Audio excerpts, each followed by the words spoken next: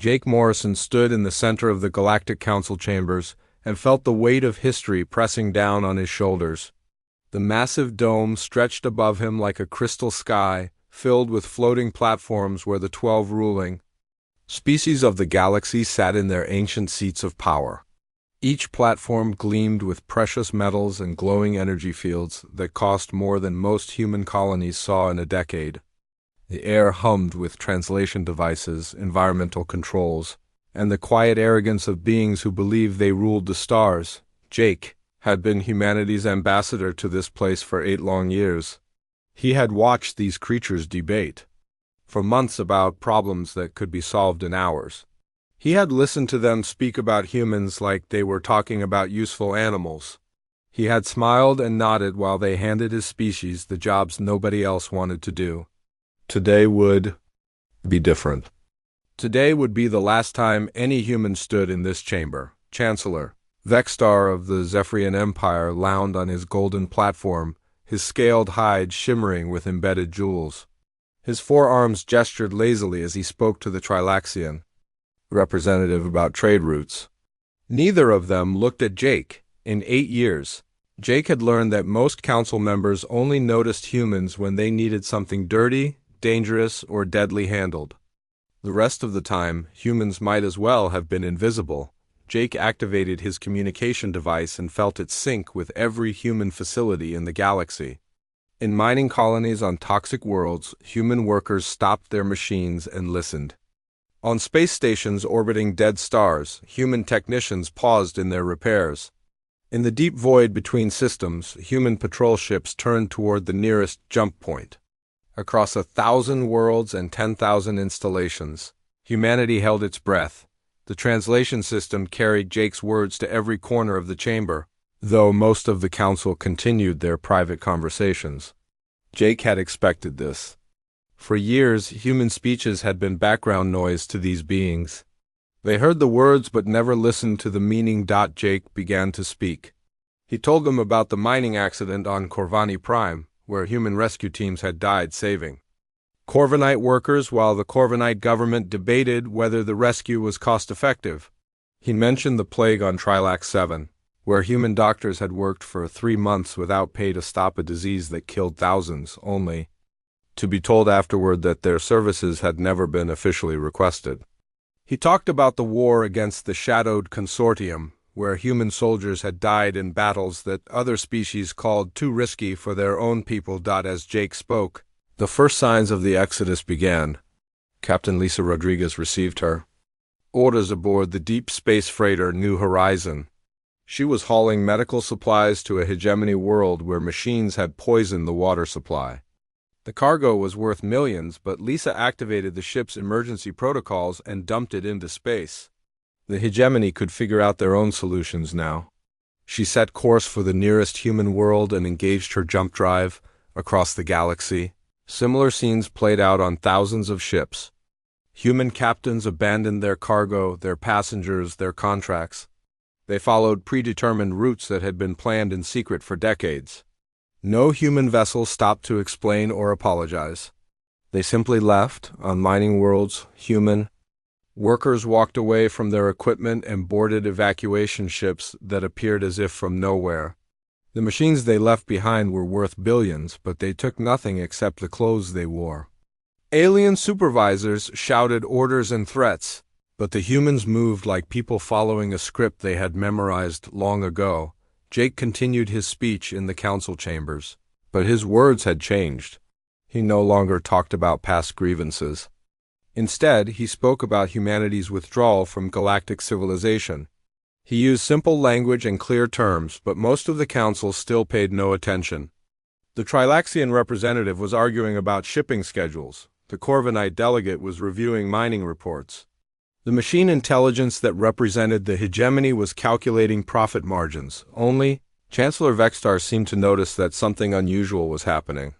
His reptilian eyes focused on Jake for the first time in months. He raised one of his 4 hands in a gesture that meant either attention or dismissal, depending on context.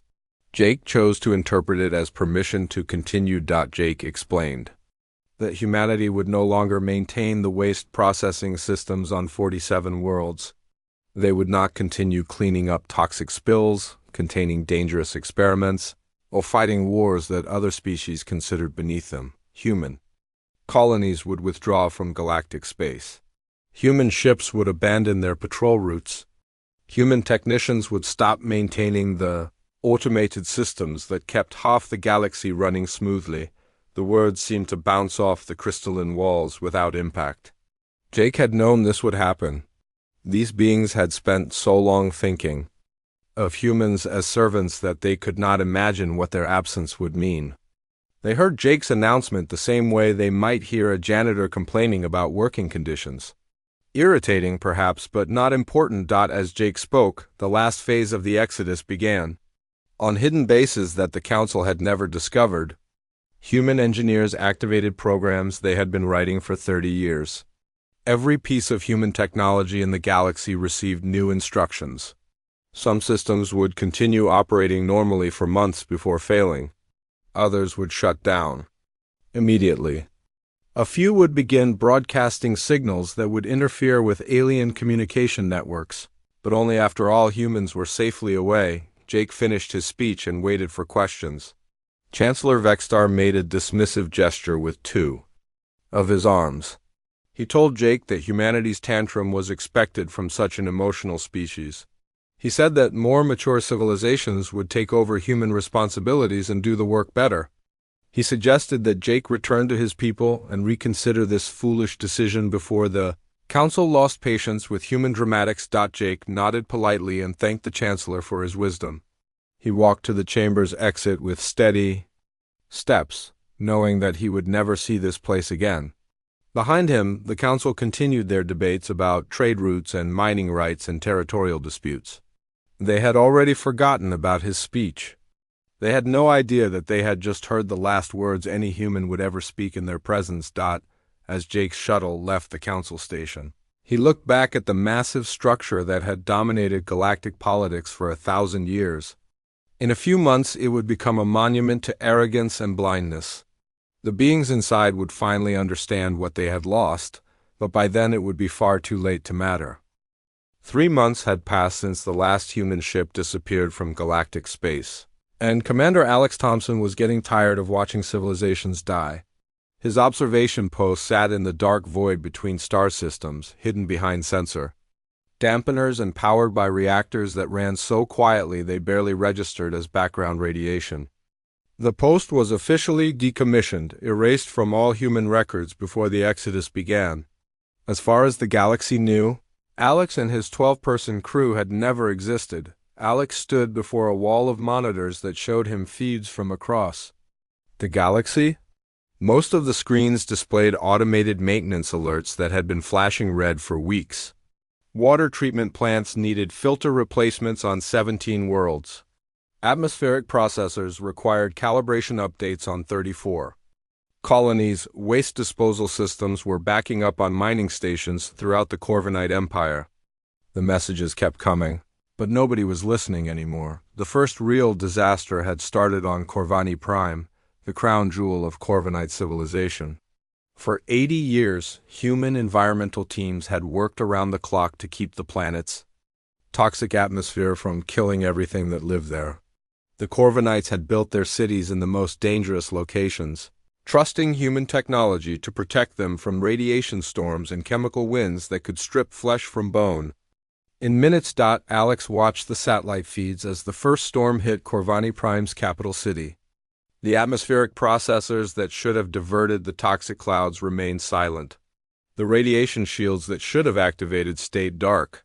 Warning systems that should have given citizens time to evacuate never sounded their alarms.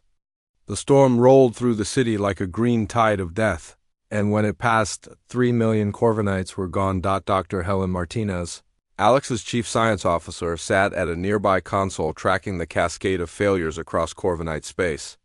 She had worked on those environmental systems for 15 years before the Exodus, designing backup protocols and emergency procedures that the Corvinites had never bothered to learn.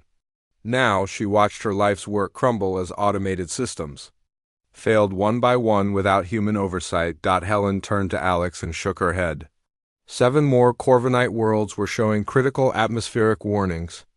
The local governments were sending distress calls to anyone who would listen, but the other council species were too busy dealing with their own problems to help. The Trilaxians had lost 6 major shipping lanes to pirate attacks. The Zephyrian Empire was struggling with reactor failures on half their space stations. The hegemony's mining operations were collapsing as their automated systems run wild without human guidance. Alex switched to a communication feed from the Trilaxian Confederation, where Admiral Kexlos was explaining to his government why their military forces had proven useless against raiders who had never dared to attack while human patrols were active. The pirates were using the same tactics they had always used, but without human intelligence networks to predict their movements and human strike teams to hunt them down. They had become unstoppable. The Trilaxian admiral's voice cracked with frustration as he described the destruction of the merchant fleet at Proxima Junction. 50 cargo ships destroyed, their crews killed or captured, their valuable cargo stolen or scattered across space. The pirates had used simple boarding tactics that any competent military force should have countered easily, but the Trilaxian Navy had forgotten how to fight real battles during their centuries of peace. Under human protection, Lieutenant Gary Foster, Alex's communications specialist, intercepted a transmission from the hegemony of rational thought that made everyone in the observation post stop what they were doing. The Machine Intelligence Collective was reporting massive system failures across their entire network.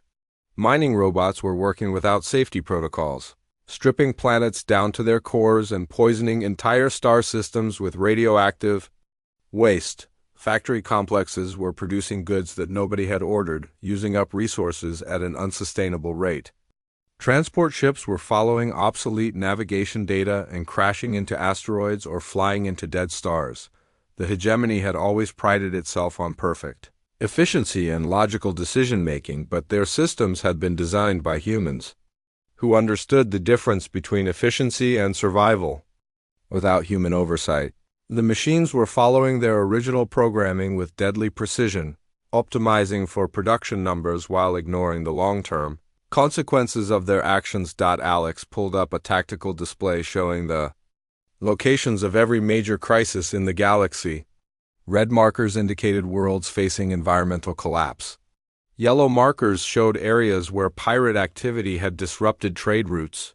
Blue markers represented systems where automated processes were running out of control. The display looked like a map of a plague spreading through civilized space. And it was getting worse every day. On New Terra, the secret human colony that served as their species' new capital, Admiral Kate Sullivan was reviewing similar reports with growing satisfaction. She sat in a command center that had been carved from the living rock of a mountain, surrounded by screens that showed her the true scope of humanity's hidden preparations. For 50 years, human scientists and engineers had been working on New Terra in complete secrecy, building the infrastructure they would need to survive as an independent civilization.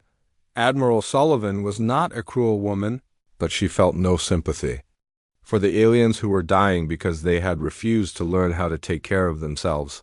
She had spent 20 years maintaining life support systems for species that treated her like a glorified janitor. She had watched human children die from diseases that could have been cured if the Council had shared their medical technology instead of hoarding it for themselves. She had seen human colonies abandoned when they were no longer profitable, left to survive on their own while alien worlds received aid and protection. The Admiral turned to Colonel Ben Parker, her chief intelligence officer, who was monitoring communications from across the galaxy. The desperation in alien transmissions was becoming more obvious every day. The Corvinites were offering huge bounties for any human who would return to help them. The Trilaxians were promising citizenship and noble titles to human mercenaries who would protect their shipping. The Zephyrian Empire was broadcasting messages of apology and friendship, claiming that they had always valued human contributions to galactic civilization. Colonel Parker laughed at the irony. These were the same species that had banned humans from their universities, excluded them from their social clubs, and treated them like a servant class for 3 centuries. Now they were discovering what every human had known all along. The galaxy's advanced civilizations were built on foundations of sand, held together by human knowledge and human labor that the aliens had taken for granted. Admiral Sullivan activated a secure communication channel and sent a brief message to observation posts like Alex Thompson's throughout the galaxy. The message contained only 2 words, but every human who received it understood what they meant. Phase 2 was beginning. The time for watching was over. Soon, the aliens would learn that humanity's absence was not the worst thing that could happen to them. Alex Thompson received the Admiral's message and felt a cold smile cross his face. He had been patient for 3 months, documenting the collapse of galactic civilization while his people prepared for the next stage of their plan. He turned to his crew and gave them the orders they had been waiting to hear. It was time to make sure the galaxy understood exactly what they had lost when they drove humanity away. Dr. Ryan Blake sat in his underground monitoring station and watched the galactic economy die in real time. The facility had been built inside a dead asteroid, its walls lined with quantum computers that tracked every major financial transaction in known space. Ryan had worked as an economic analyst for the Trilaxian Confederation for 12 years, but they had never known that every report he filed was also being sent to human intelligence networks scattered across the galaxy. The numbers on Ryan's screens told a story of cascading failure that was both predictable and devastating. The Corvinite Empire had lost 30% of its industrial capacity in the past month alone. Mining operations that had run smoothly for decades were now producing toxic waste instead of valuable minerals. The automated systems that regulated everything from air recycling to power distribution were failing without human maintenance, and the Corvinites lacked the technical knowledge to fix them. Ryan pulled up a detailed analysis of the hegemony of rational thought's economic collapse. The Machine Intelligence Collective had always prided itself on perfect efficiency, but their systems had been designed with human oversight in mind. Without human engineers to monitor their decision-making processes, the machines were making increasingly destructive choices. They had strip-mined 4 entire star systems in the past 2 weeks, turning habitable worlds into toxic wastelands in pursuit of maximum resource extraction. The financial markets were responding to each new disaster with panic selling that drove commodity prices into freefall. The Trilaxian credit, once the most stable currency in the galaxy, had lost 60% of its value. The Zephyrian Empire's bonds were trading at junk levels. Even the supposedly eternal Corvinate Platinum Standard was showing signs of strain, as investors realized that the mines producing the metal were now inaccessible due to environmental collapse. Lieutenant Sarah Connor, Ryan's assistant and the only other human still monitoring the galactic communication networks, intercepted a transmission from the council chambers that made both of them pause in their work. Chancellor Vextar was addressing an emergency session of the galactic government, and for the first time in the 3 centuries since humans had joined galactic civilization, he sounded genuinely afraid. The Chancellor's voice carried across the chamber's translation systems as he described the scope of the crisis facing the galaxy. 17 major trade routes had been abandoned due to pirate activity. 43 worlds were reporting critical infrastructure failures. The Shadowed Consortium, a terrorist organization that had been dormant for decades, had claimed responsibility for attacks on 3 different council worlds in the past week alone. Sarah turned to Ryan with a puzzled expression.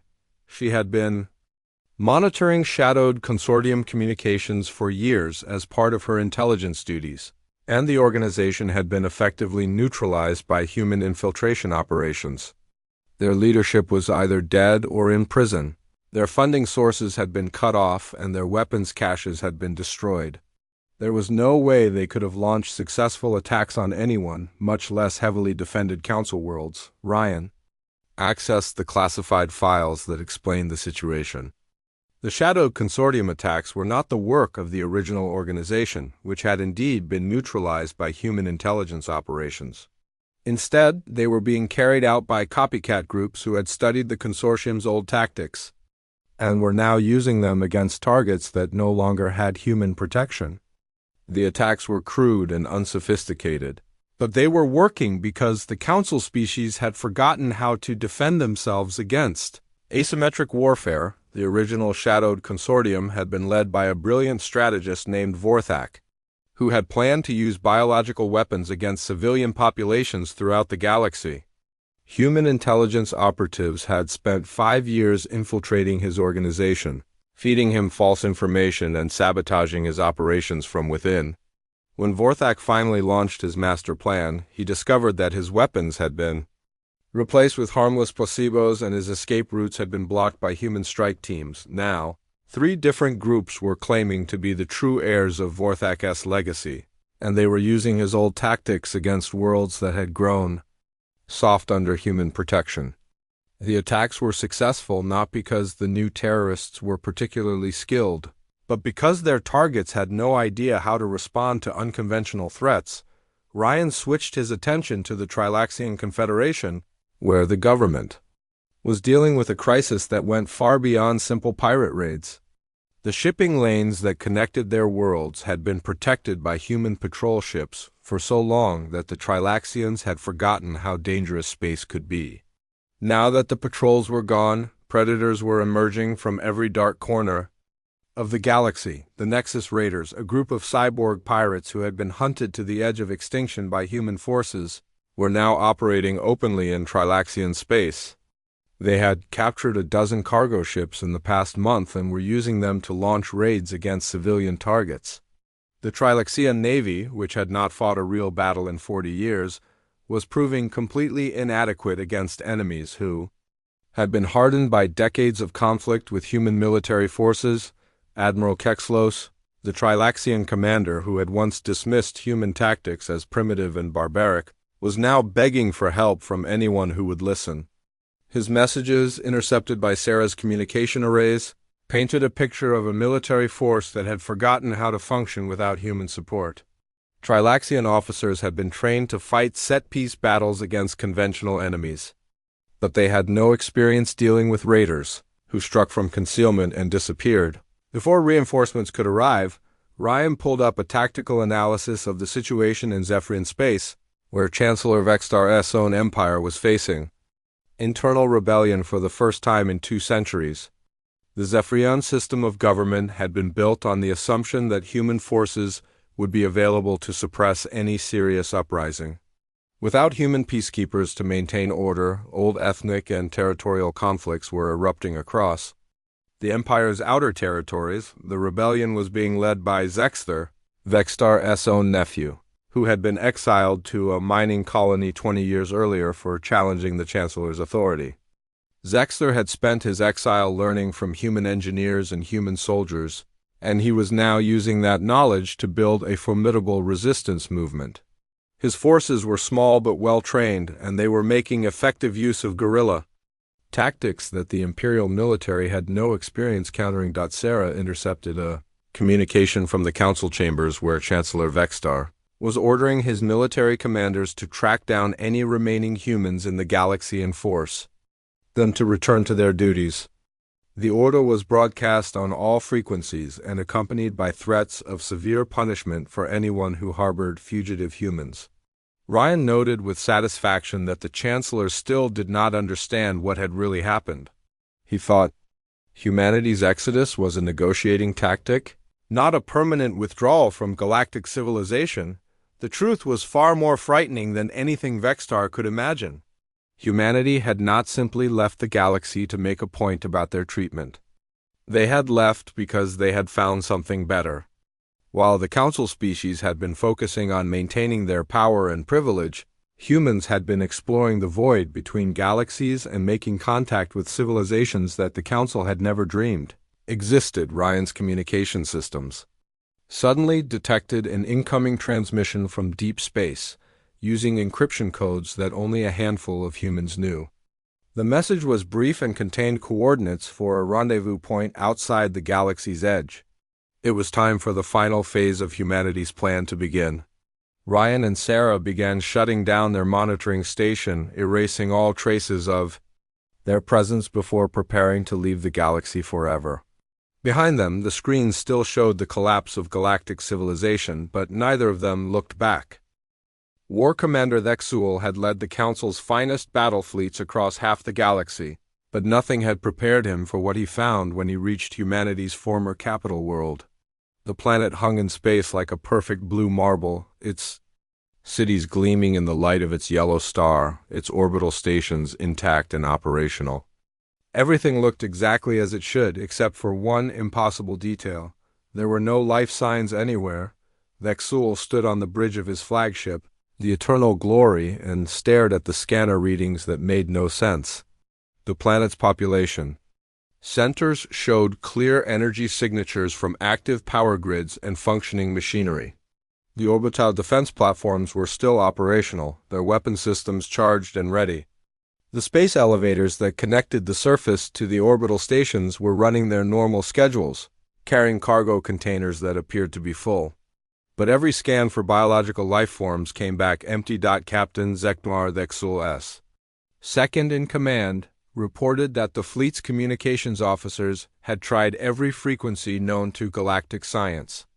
They had broadcast messages in every human language, offered negotiations, threatened consequences, and even tried simple mathematical sequences that any intelligent species should recognize. The response was always the same: perfect, absolute silence. Vexul ordered his fleet to assume defensive positions while a small exploration team investigated the planet's surface.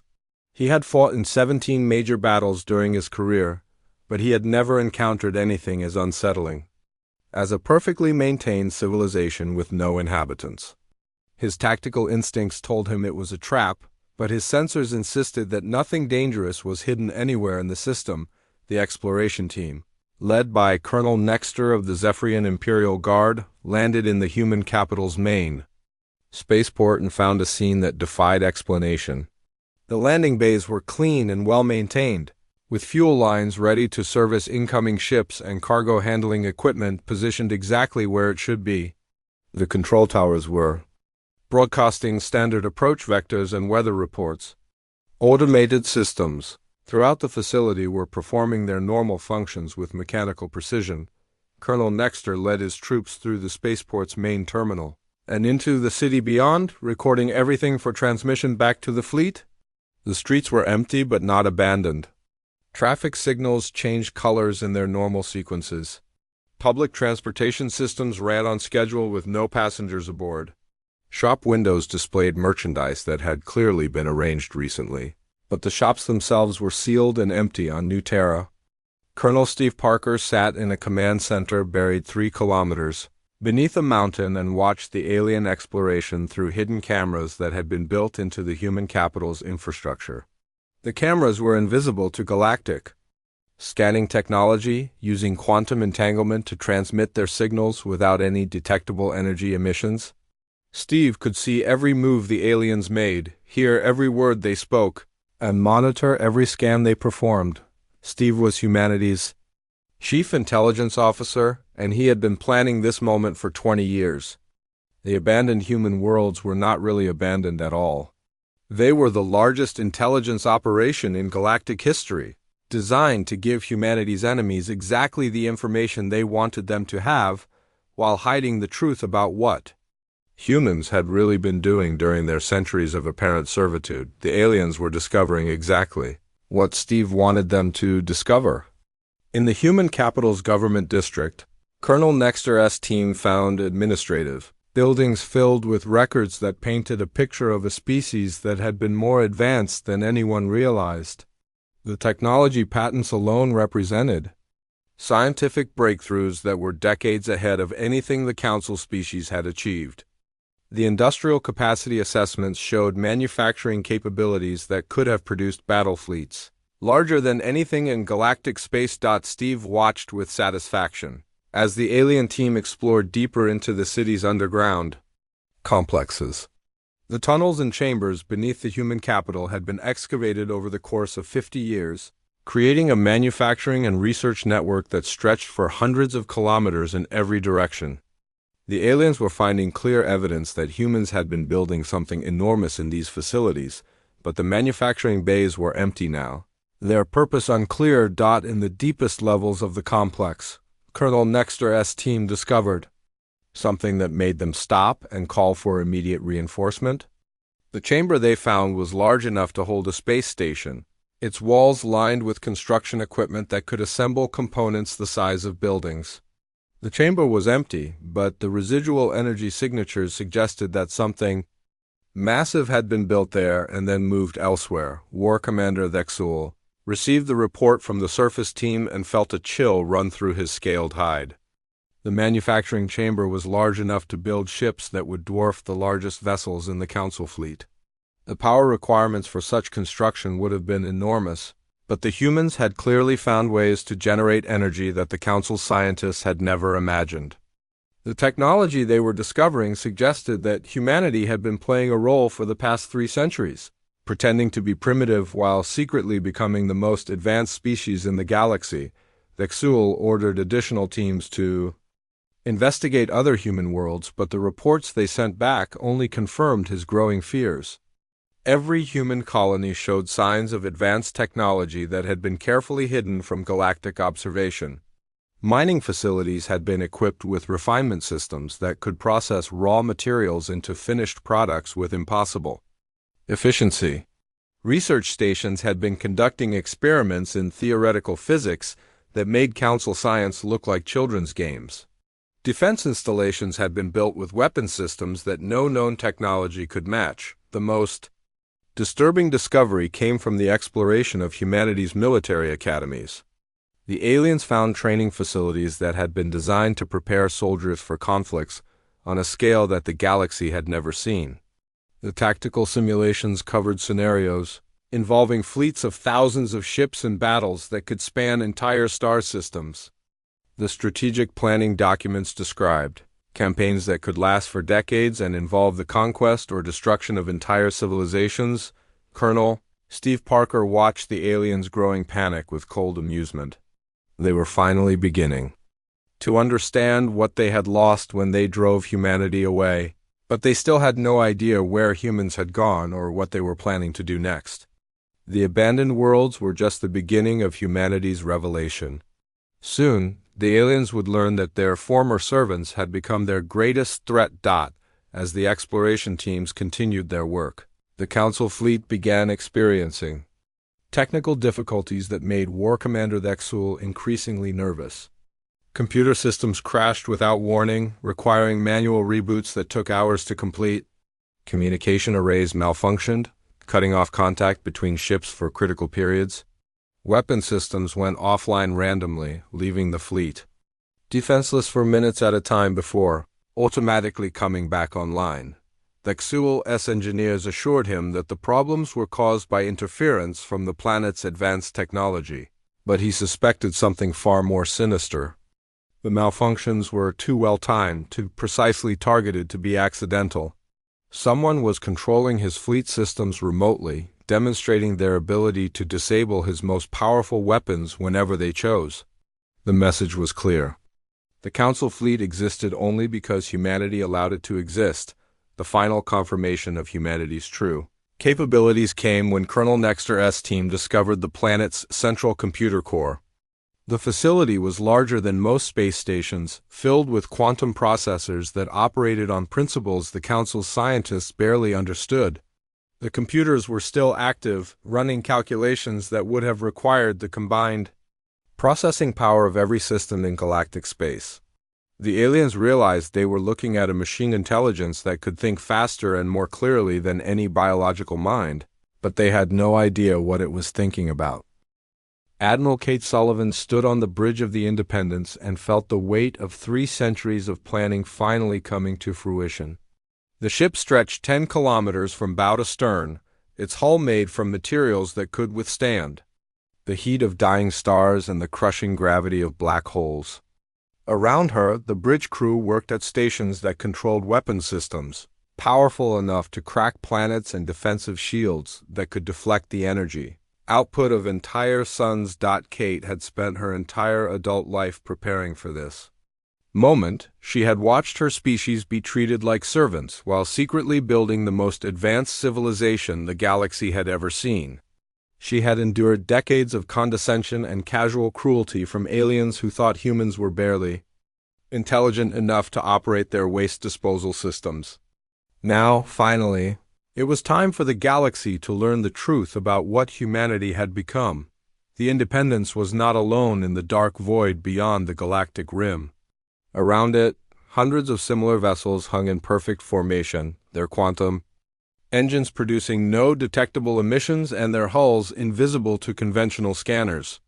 Each ship represented technological advances that were centuries ahead of anything the Council species had achieved.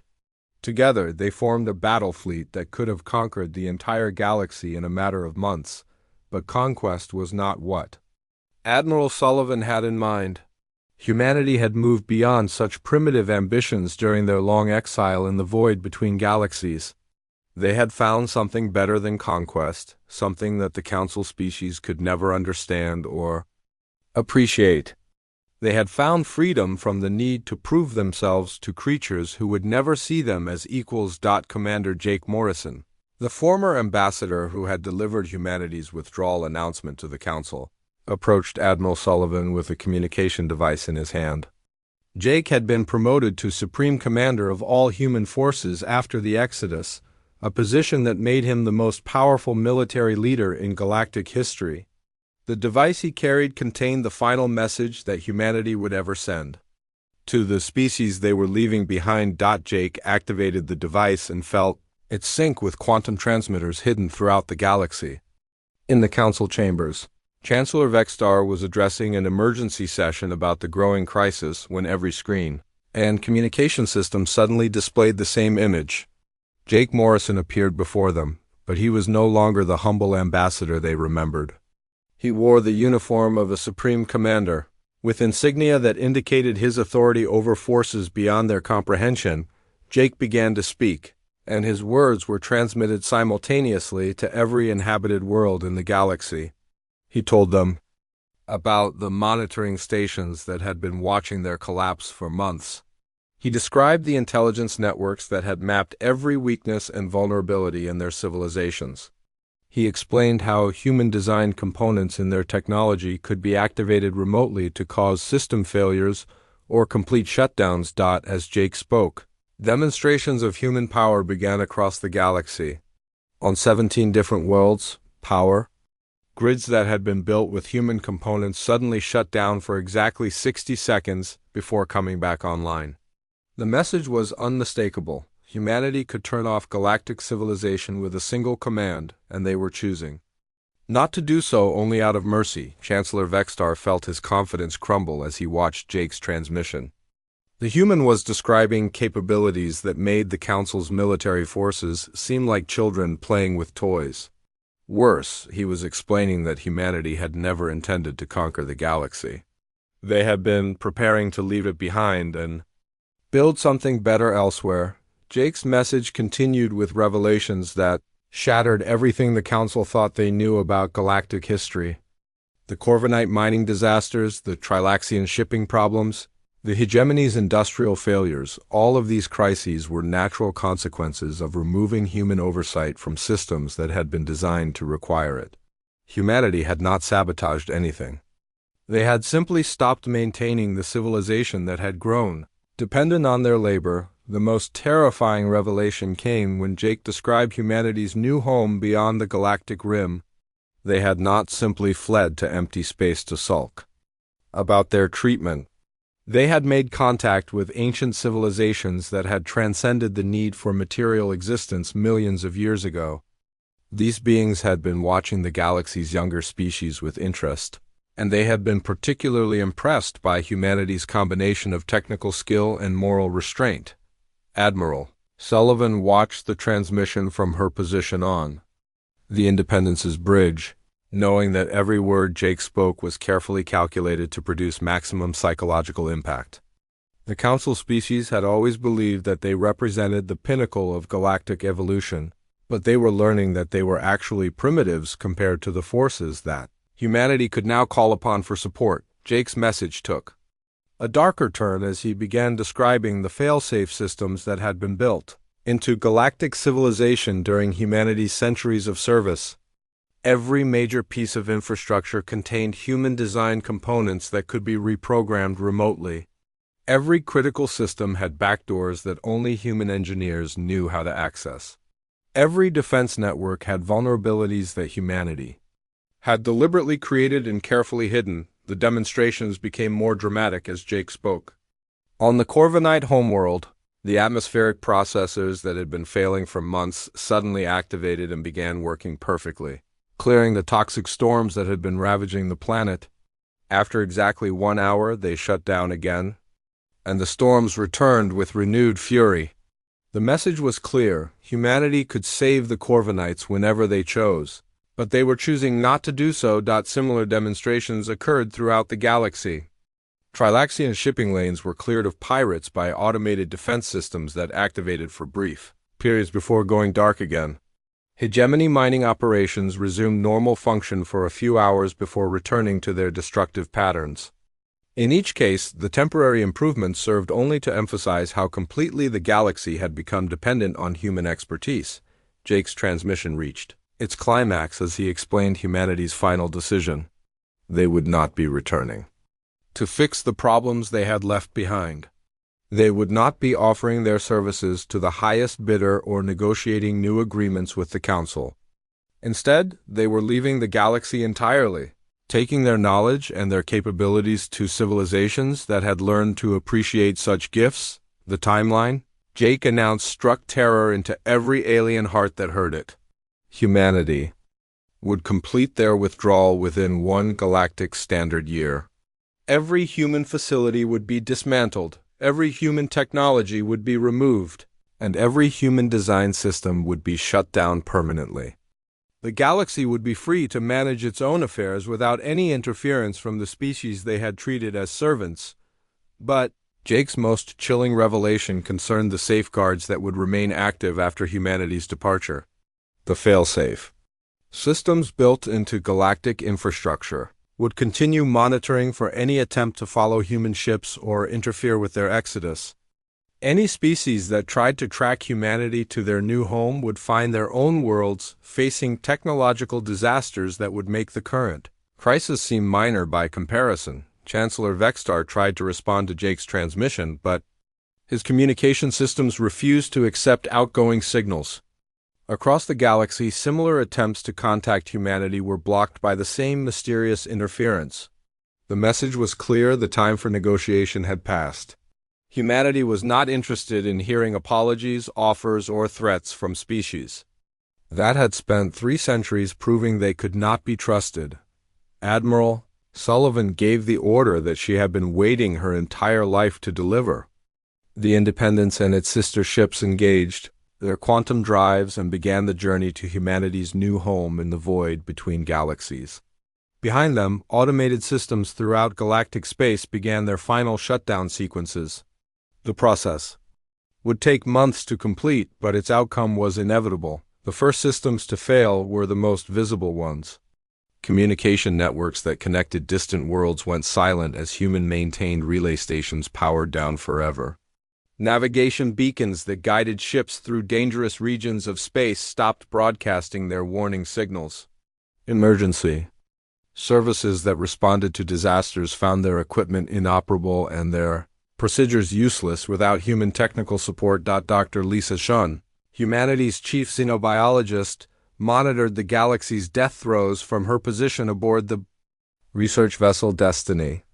She had spent 40 years studying alien psychology and culture, learning exactly how different species would respond to the stress of civilizational collapse. Her predictions were proving remarkably accurate as reports flooded in from across galactic space. The Corvinites were responding with typical bureaucratic paralysis, forming committees to study the crisis while their worlds burned around them. The Trilaxians were attempting to buy their way out of trouble, offering fantastic sums for any human technology they could acquire. The Zephyrians were reacting with violence, and